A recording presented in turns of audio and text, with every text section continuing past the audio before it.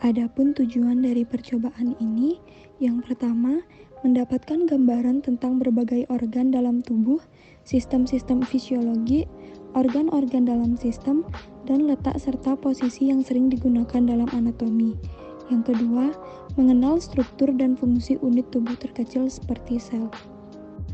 Dasar teori dari percobaan ini adalah satuan dasar struktur dan fungsi adalah sel, pondasi bagi semua makhluk hidup.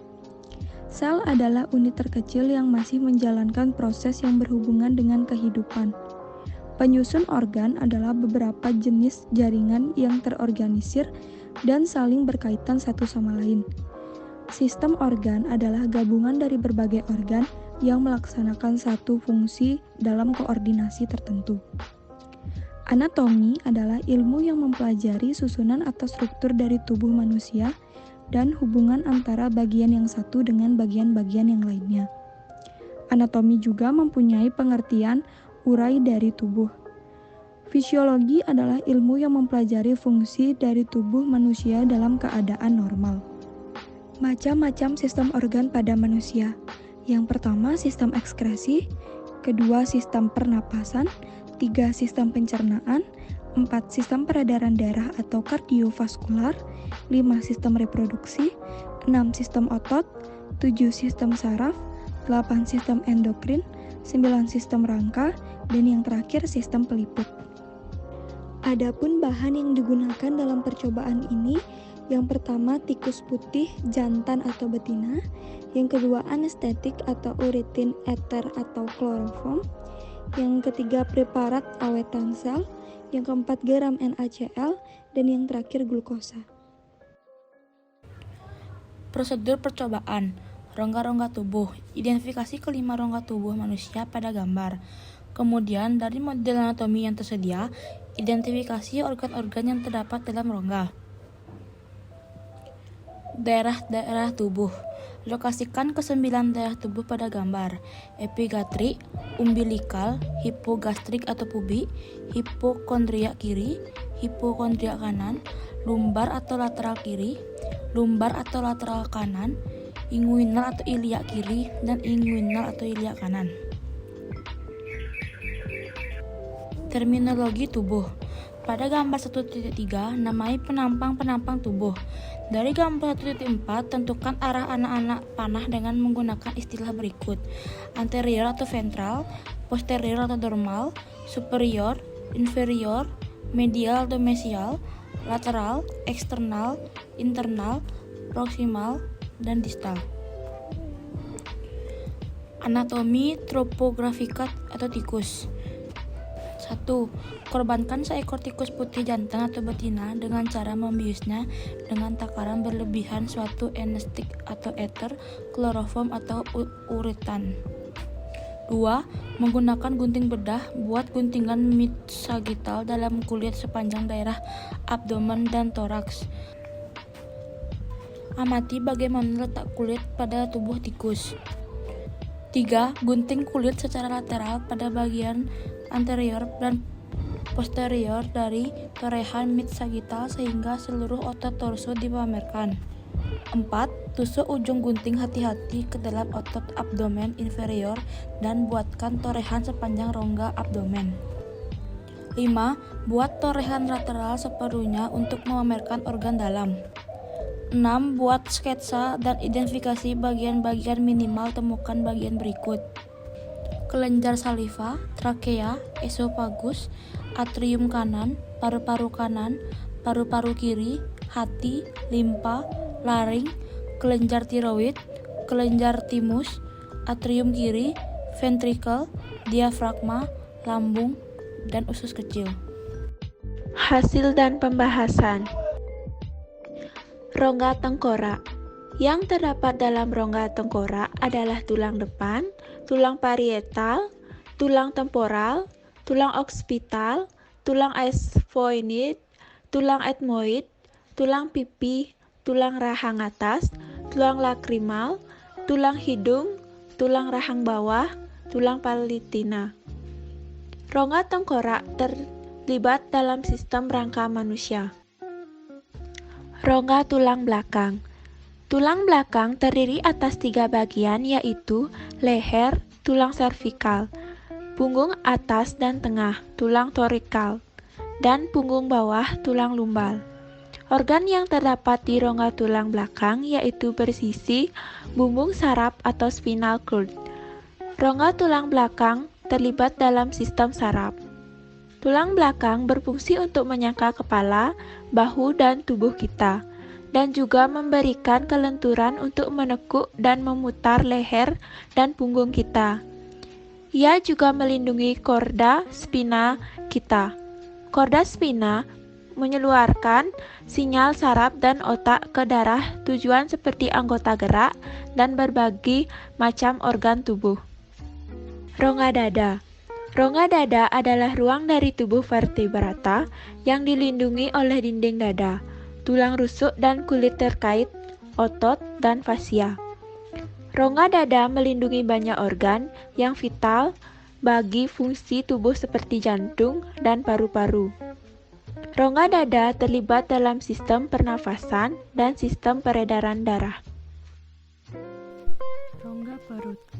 Organ dalam yang ada di rongga perut yaitu hati, kantung empedu, limpa, pankreas, lambung, usus besar, usus kecil, ginjal, kelenjar adrenal. Rongga perut terlibat dalam sistem ekskresi dan sistem pencernaan. Perut juga memiliki beberapa pembuluh darah yang termasuk pembuluh arteri utama tubuh yang disebut dengan artora dan vena cava inferior.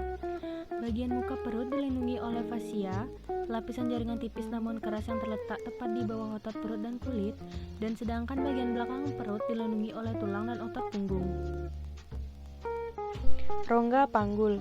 Rongga panggul adalah sebuah cincin tulang yang menopang tulang belakang dan melindungi organ perut. Bagian tubuh ini berada tepat di dasar perut atau antara perut atau punggung bawah dan tungkai kaki. Rongga panggul berbentuk oval, lebih dangkal dan lebih lebar daripada panggul pria. Organ dalam rongga panggul yaitu organ reproduksi, kandungan kemih, ureter distal, ureter proksimal, kolon sigmoid, terminal, rektum, dan saluran anus. Rongga panggul terlibat dalam sistem reproduksi. Daerah-daerah tubuh. Yang pertama ada hipondriak kanan. Kuadran ini, hati terletak dengan kandung empedu, bagian dari usus besar yang disebut dengan sudut hati usus besar, serta ginjal kanan kembali dengan masing-masing kelenjar adrenal. Yang kedua ada epigastrik. Area epigastrik merupakan area perut yang terletak di bagian tengah atas. Pada area ini dihuni oleh banyak organ termasuk lambung, duodenum, hati, pankreas, ginjal, otot peritoneum, dan komponen lain yang menyokongnya. Yang ketiga ada hipondriak kiri. Terletak di bawah tulang rusuk di sisi kiri. Organ yang terkandung dalam kuadran ini adalah limpa, ekor pankreas, sudut limpa, usus besar, dan ginjal kiri dengan kelenjar adrenal di sisi yang sama. Yang keempat ada lumbal lateral kanan. Lumbal atau lateral kanan atau lumbalis dextra meliputi organ kolon ascendens, bagian distal ginjal kanan, sebagian duodenum dan jejunum. Untuk yang kelima, ada umbilikal. Daerah pusar mengandung umbilikus atau pusar, dan banyak bagian dari usus kecil seperti bagian dari duodenum, jejunum, dan ileum. Yang keenam ada lumbal lateral kiri. Lumbal kiri atau lumbalis sinistra meliputi organ kolon ascendens, bagian distal ginjal kiri, sebagian jejunum, dan ileum. Inguinal kanan atau inguinalis dextra meliputi organ sektum, appendix, bagian distal ileum, dan ureter kanan. Nyeri di daerah ini umumnya dikaitkan dengan radang usus buntu. Selanjutnya ada hipogastrik. Daerah ini berisi organ-organ di sekitar tulang kemaluan. Ini termasuk kandung kemih, bagian dari kolon sigmoid, anus, dan banyak organ sistem reproduksi seperti rahim dan ovarium pada wanita dan prostrat pada pria. Inguinal kiri. Inguinal kiri atau inguinalis sinistra berisi bagian dari kolon descendens, kolon sigmoid, ovarium kiri, dan ureter kiri. Terminologi anatomi manusia. Penampang tubuh manusia. Yang pertama ada median plane. Median plane atau sagittal membedakan bidang tubuh menjadi kiri dan kanan. Gerakan sendi pada bidang sagital meliputi yang pertama ada fleksi. Fleksi adalah gerakan mendekuk sendi atau memperkecil sudut antar dua tulang. Yang kedua ada ekstensi, yaitu memperbesar sudut antar dua tulang. Yang ketiga ada dorsofleksi, yaitu menggerakkan telapak kaki ke arah atas atau bawah.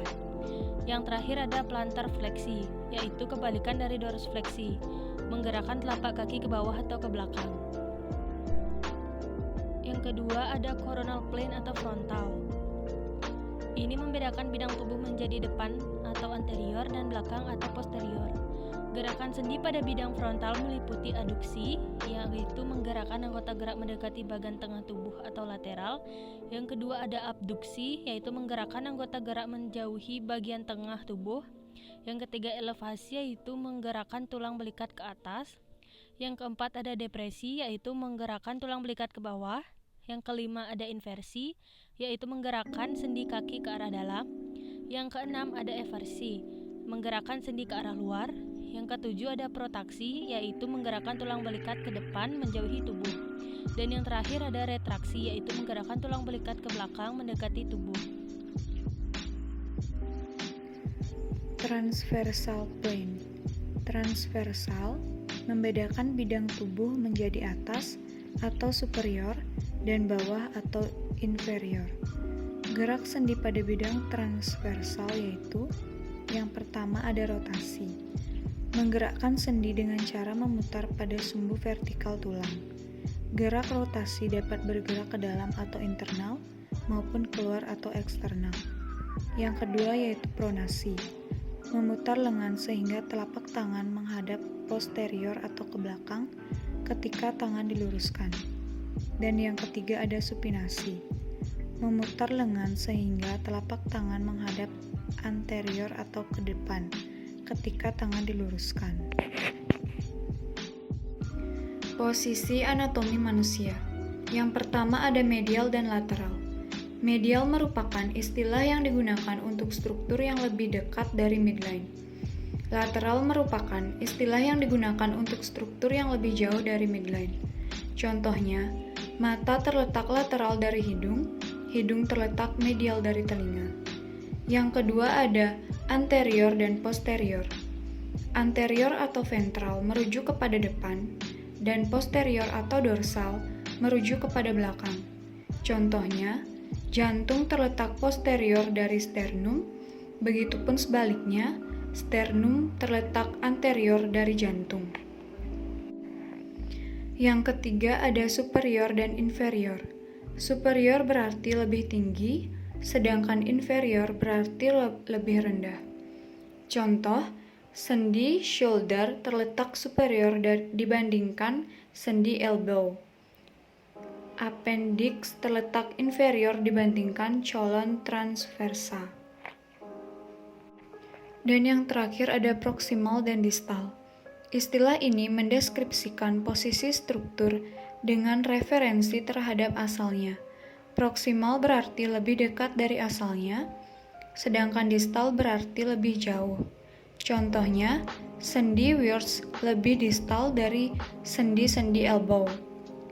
Scapuloid terletak pada garis proksimal susunan ossa, carpalia. Anatomi topografika atau tikus. Sistem ekskresi tikus terdiri dari ginjal, hati, kulit, dan paru-paru. Sistem respirasi pada tikus terdiri dari hidung, tenggorokan, bronkus, paru-paru, dan alveolus. Sistem reproduksi pada tikus terdiri dari penis, testis, skotum, dan uretra. Sistem sirkulasi pada tikus terdiri dari paru-paru, vena pulmonalis, arteri pulmonalis, dan jantung.